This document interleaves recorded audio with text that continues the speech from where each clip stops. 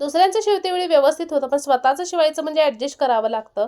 Hi hello नमस्कार मैत्रिणी. आता घेतलेला ब्लाऊज हा रेडीमेड आहे, याला कप आहेत त्यामुळे मला आवडत नव्हता. आता मला रेडीमेड ब्लाऊज नको होता, पण शिवायचा होता, त्यामुळे मी असा वर्क असलेला ब्लाऊज मागवला होता. आता हा वर्क असलेला ब्लाऊज अशा पद्धतीचा होता बघा. अगोदर मी वर्क बघून घेतलं ते कशा पद्धतीने आहे, आपण कशा पद्धतीने कटिंग करू शकतो. त्यानंतर मग पेपर कटिंग करून घेतली. मेन ब्लाऊज पीसच्या अगोदर मी अस्तर कटिंग करून घेतली आणि मेन ब्लाऊज पीस आहे तो पूर्ण ओपनमध्ये करून ठेवला.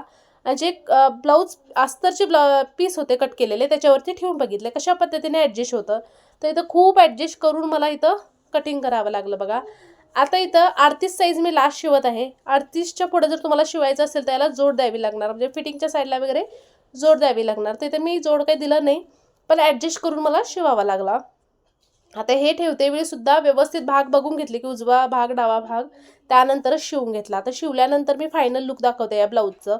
मी नॉड काय लावली नाही, कारण ऑड फॅशन झाली आता ते नॉडची, त्यामुळे नॉड जोडली नाही. तर खूप छान डिझाईन आहे आणि कपडासुद्धा खूप मस्त आहे. आता याची लिंक असेल तर मी शेअर करीन लिंक, तिथं जाऊन तुम्ही घेऊ शकता. पण शिवते वेळीसुद्धा खूप छान असा परफेक्ट झालेला आहे आणि व्यवस्थित झालेला आहे. तुम्हाला कसा वाटला हा ब्लाऊज मला एकदा नक्की सांगा. आणि तुमचे सुद्धा लग्नामधल्या ज्या साड्या आहेत त्याच्यावरचे ब्लाऊज होत नसतील तर अशा पद्धतीचा ब्लाऊज तुम्ही नक्की ट्राय करा. तर इथं फायनल लुक ब्लाऊजचा अशा पद्धतीने दिसून येत आहे.